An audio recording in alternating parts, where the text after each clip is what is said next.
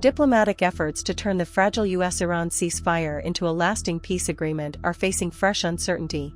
Iran has ruled out direct talks with senior American envoys who arrived in Qatar, while disputes over sanctions relief, the Strait of Hormuz, and Iran's nuclear program continue to test the 2-week-old truce. Here's the latest.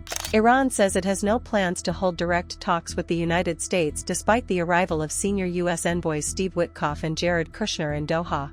Tehran says no meetings have been scheduled with the American delegation. Instead, discussions will take place through Qatari mediators and focus on implementing parts of the ceasefire memorandum already agreed between the two sides. آنچه که در دوحه در احتمالاً فردا انجام خواهد شد گفتگو در مورد اجرای بندهایی از یادداشت تفاهم هست، از جمله بند مربوط به آزادسازی دارایی‌های محدود شده ایران که با طرف‌های قطری خواهد بود. لذا بازم تاکید می‌کنم هیچ نشستی در هیچ سطحی با طرف آمریکایی برای چند روز آینده ما برنامه‌ریزی نکردیم. Qatar also confirmed that the U.S. envoys are meeting mediators and Qatari officials rather than Iranian representatives, while lower-level technical discussions on security, economic issues, and Iran's nuclear program are expected to continue. The U.S. envoy, Mr. Steve Witkoff and Mr. Jared Kushner are here in Doha to meet with the mediators, meaning with the Qatari officials, and the talks will be around all regional issues which are of concern, including, of course, the negotiations with Iran, but also including Lebanon and other files in the region. So they are not here for direct negotiations with the Iranians or related meetings.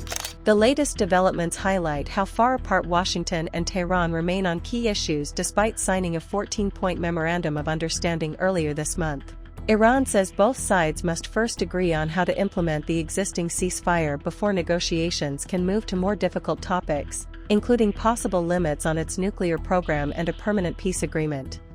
A central Iranian demand remains the release of billions of dollars in frozen assets held abroad under U.S. sanctions, with Tehran insisting meaningful sanctions relief is essential before any broader settlement can be reached. Iran has also warned that any further American military action would be considered a violation of the agreement and would trigger what it called an immediate and decisive response. Another major sticking point remains the Strait of Hormuz. Iran maintains that, together with Oman, it has the right to regulate shipping through the strategic waterway and has indicated it could introduce transit charges once the current 60-day negotiating period expires in mid-August. The United States has firmly rejected that position. Vice President J.D. Vance said Iran would not be allowed to collect tolls on what Washington considers an international waterway, while Secretary of State Marco Rubio has repeatedly called for free and unrestricted navigation through the strait. Fees and tolls are the same thing to me. Okay? If you're paying someone to go there, I don't care if you call it a fee or a toll or a donation, it's a toll. That's how we're going to define it. That's international waterway. There isn't a nation on earth that supports having to pay money to go through the straits. Despite the disagreement, shipping traffic has continued to recover after months of disruption, with oil exports approaching pre-war levels. Even as diplomacy continues, reports suggest President Donald Trump has discussed possible new military strikes on Iran with senior defense officials following recent attacks on commercial shipping. According to reports, Trump has chosen, for now, to give negotiations more time instead of authorizing further military action. The latest tensions come just days after both countries exchanged strikes over alleged violations of the ceasefire, raising concerns about how fragile the agreement remains.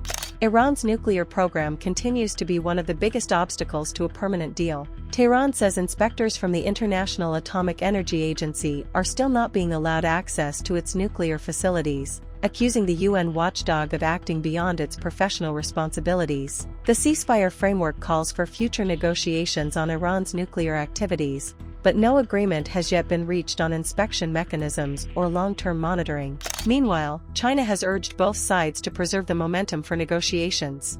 Speaking after meeting Saudi Arabia's foreign minister in Beijing, Chinese Foreign Minister Wang Yi said dialogue remains preferable to renewed conflict and called for continued efforts to reduce tensions across the region. The ceasefire agreement also includes provisions aimed at ending fighting between Israel and Hezbollah in Lebanon, although implementation there remains uncertain following continued disagreements over a separate U.S.-brokered framework between Israel and Lebanon.